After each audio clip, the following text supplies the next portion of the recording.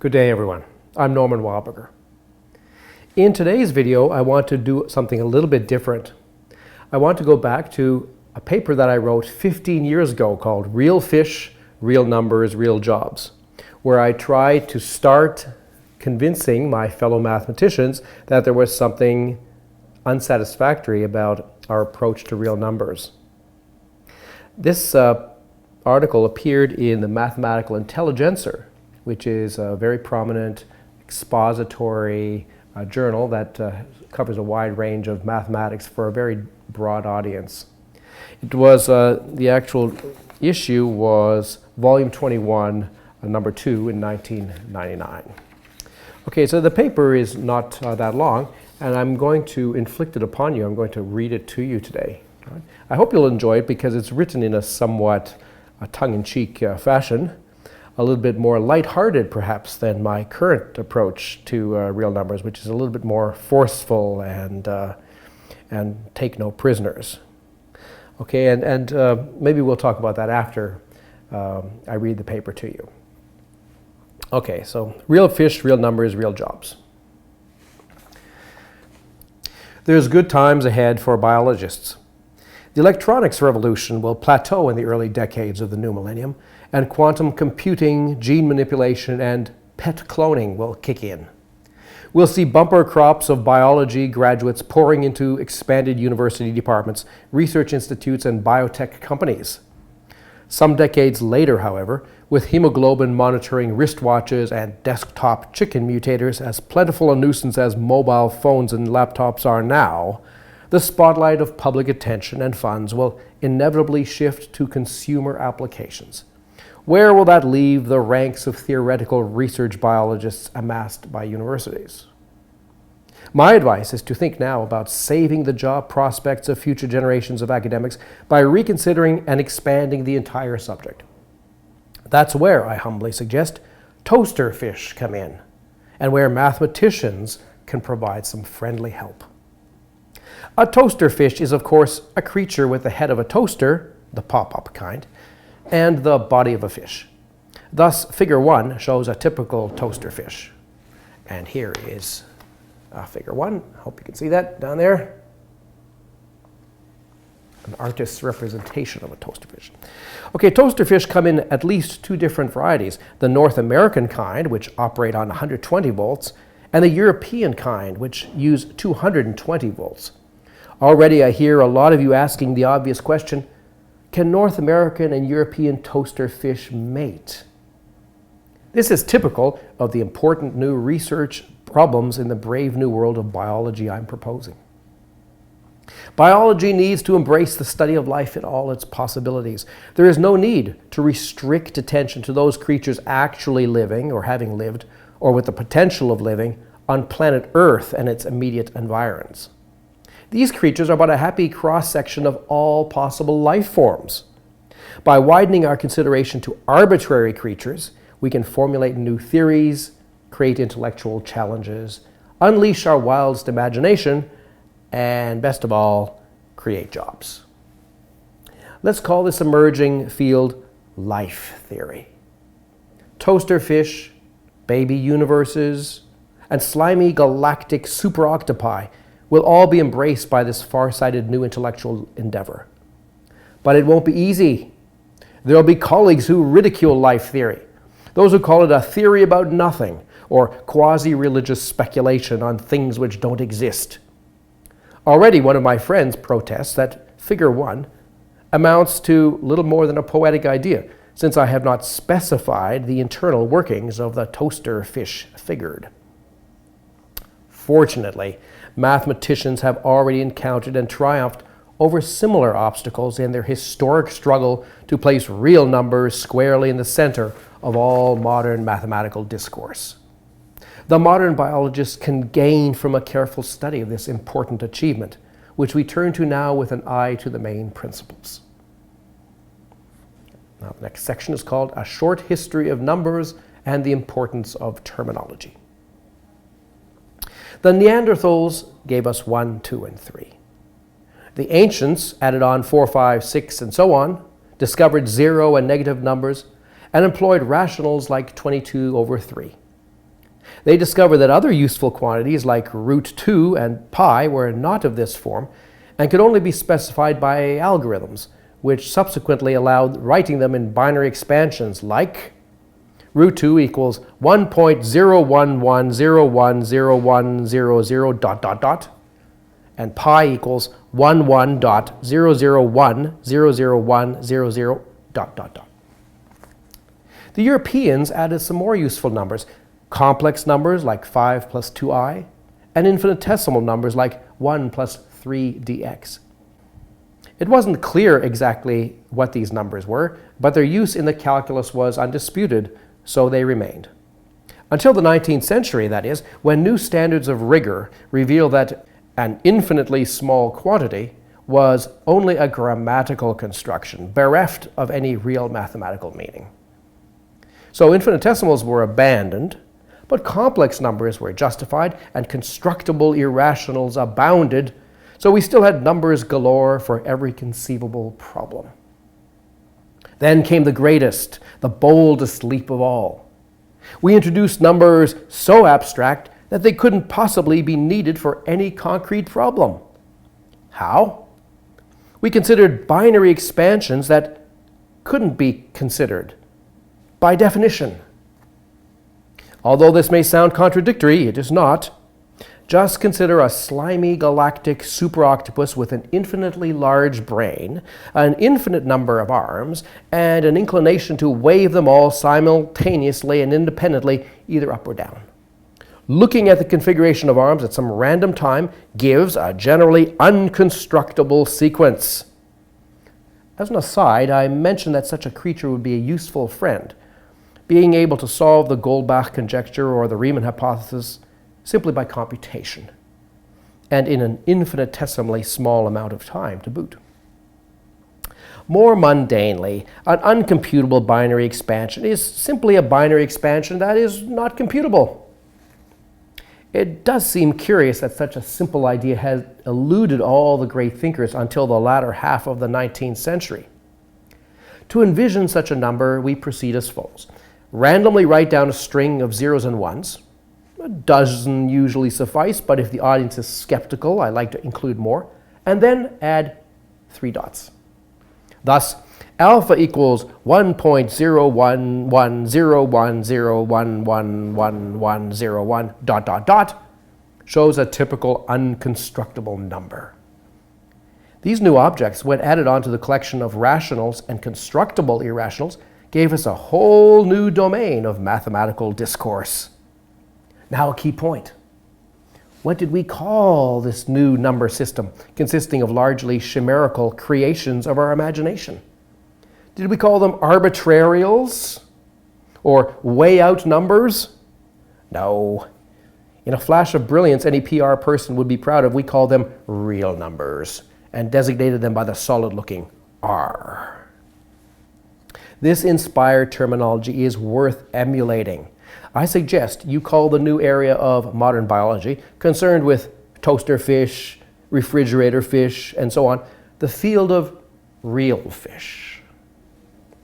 Those real fish actually found in the solar system will then have a special designation, subtly reinforcing the idea that it is unnatural to consider them separately. Let's say observable real fish. How much more of a bother it is to consider the latter. Let alpha be an observable real fish, you begin your lecture. Where is it from? Is it green? What does it eat? Someone immediately asks. The preferable, let alpha be a real fish, protects you from such unnecessary questions which you can't answer anyway. In mathematics, restriction to computable real numbers is a decided nuisance. First, one must worry about what computable means. Which machine? Which language? About whether or not programs halt. Simple operations like adding or multiplying 2 numbers give us headaches. Real numbers free us from these hassles, which we prefer to leave to the computer scientists anyway. Next section is called Training the Young. How do we get future generations to take the validity of real numbers for granted? We indoctrinate them early in their careers when they are eager but impressionable undergraduates. Here's how we do it. First, we soften them up with a constructing the real numbers blurb in their first calculus course. Needless to say, we don't really construct real numbers, as they are by definition unconstructible. But the phrase sticks in their minds long after the details are forgotten. Sometime later, we expose them to the definition of a one-to-one correspondence, Cantor's wonderful proof that there is no list of all binary sequences, and voila, with a bit of hand-waving about what a set actually is, a vast and glittering new universe of ordinals, cardinals, hierarchies of infinities, and continuum hypotheses opens up before their eyes. The confusion and apprehension of millennia cast aside, our students are soon fearlessly manipulating arbitrary unions of arbitrarily many powers of uncountable ordinals. It's a heady experience, this first grasping hold of infinity. But be warned, there will be some students who won't buy this. After all, young people are a tad critical at this age. We explain to them that if they want to get into foundational questions, then they had first better master the predicate calculus of first-order logic. Having barely mastered the ordinary calculus, they seem to find this a convincing argument. A further point, we don't start with younger students since they get too easily confused. They want to know specifics like, how does one add or multiply real numbers? In fact, one can't add or multiply real numbers, but of course this shouldn't and doesn't prevent us from using these operations on a daily basis. Immature learners are likely to get stuck by these subtleties. The snag is the following. Suppose we want to add the unconstructible real numbers 1.010110101000110 and 1.1001010111001. Clearly the first digits of the sum are 10.11, but the next digit requires more information. How much more information? Possibly just one more digit, possibly a trillion more digits, and here's the rub, possibly infinitely many more digits. The complementary pattern of zeros and ones might continue to infinity, but if so, we'll never know it. This prevents us from ever specifying a procedure to add real numbers. One might hope that trying some different definition of the reals using continued fractions or Dedekind cuts or Cauchy sequences of rationals might solve the problem, but it doesn't. It just transforms it to an equivalent one. But here's where religion or modern biology comes to our aid. It may be impossible for us to know whether a given complementary pattern of zeros and ones continues indefinitely, but it is clearly not impossible for God or a slimy intergalactic super octopus to know. So we are blessedly free to go on talking about adding arbitrary real numbers. Next section, convincing the professoriate. This is a question primarily of critical mass. Once enough of the academy accept and profit by the new bounds of the discipline, a critical momentum will prevent opponents from stemming the tide. First of all, a leading luminary must be taken on board. In our case, that was David Hilbert, who's oft quoted, "No one shall expel us from the paradise that Cantor has created for us," becomes our motto. Furthermore, we must convince our colleagues that opportunities for research are rife. In mathematics, the kind of free thinking that allows the pleasant contemplation of real numbers, I like to think of them as basking in the sun, also revels in more complicated abstractions.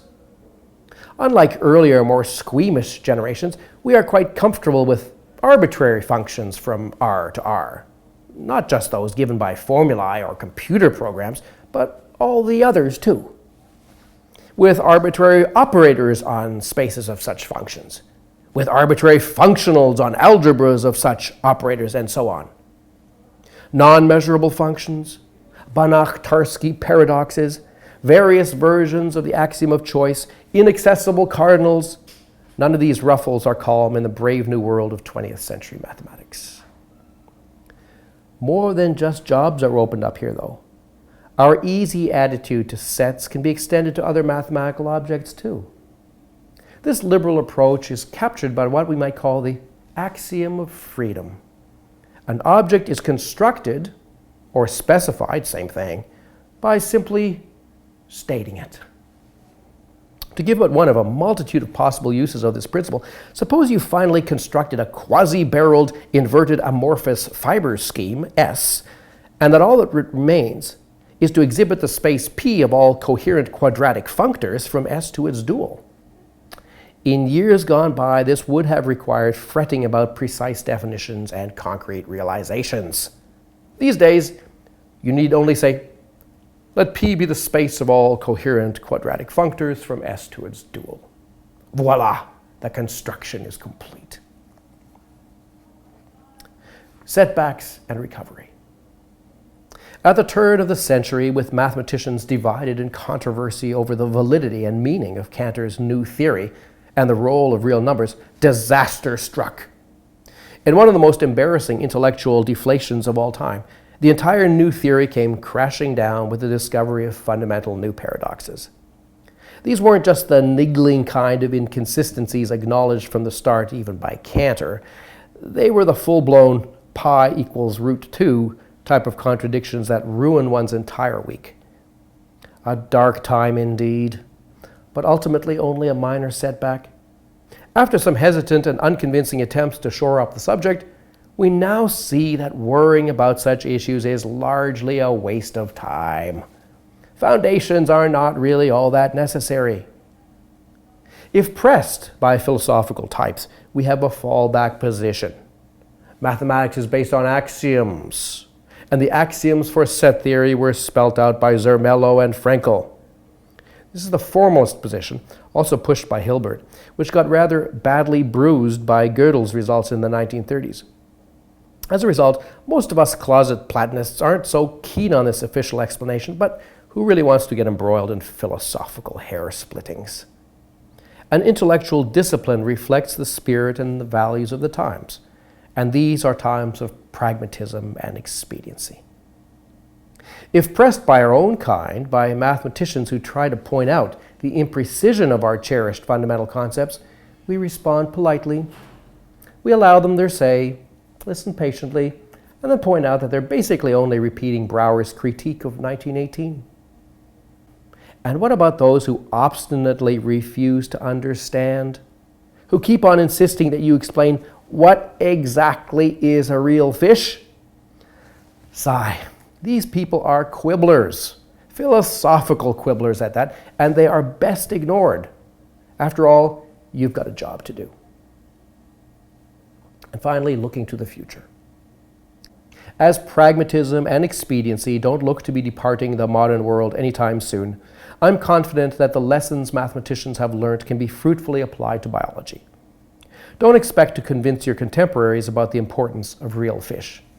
Recruit a few top names, work on the future generations, keep the employment prospects firmly in view, and life theory will take its rightful place in the scientific world. As for me, this little advice giving has got me to thinking. Mathematicians are themselves a bit hard-pressed these days for employment. The huge amount of time and effort required to rewrite modern mathematics using only computable numbers, computable functions, computable everythings will keep us busy for decades. What an unpleasant lot of hard work that would be. But hard work means jobs, grants, and pensions. Maybe Aristotle, Archimedes, Newton, Euler, Gauss, Kronecker, Borel, Lebesgue, Poincaré, Weil, Brouwer, and the others were right. There is something fishy about real numbers. All right, so that's my little article called Real Fish, Real Numbers, Real Jobs, which I published in 1999 in the Mathematical Intelligencer. So you might want to know, what kind of response have I gotten? How many dozen citations has this lovely and illuminating paper received? It's received, as far as I know, 1 citation. And I have gotten correspondence from, I think, 1 or 2 people concerning it. I once had a roommate at a conference in New Zealand from Belgium, and we were talking about real numbers, and it turned out that he had read an article some time back about somebody adopting also a heretical position. And it turned out to be my article, so I was a little bit amused by that at least people have read the article and maybe not responded directly to it. But the point is that I suppose that a single voice is easily ignored. People have a lot of incentive to keep on thinking the same way, to keep on going in the same direction that they used to, which is comfortable and pleasant. And they, of course, are buttressed by the support of a lot of like thinking by all their colleagues. It's not so easy to change the direction of mathematics. And what I'm going to talk about in my next video is I'm going to address this issue of what would mathematics actually look like if we did seriously contemplate getting rid of real numbers. What would happen? Would it all just collapse? What would mathematics look like without real numbers? I hope you'll join me for that. I'm Norman Wildberger. Thanks for listening.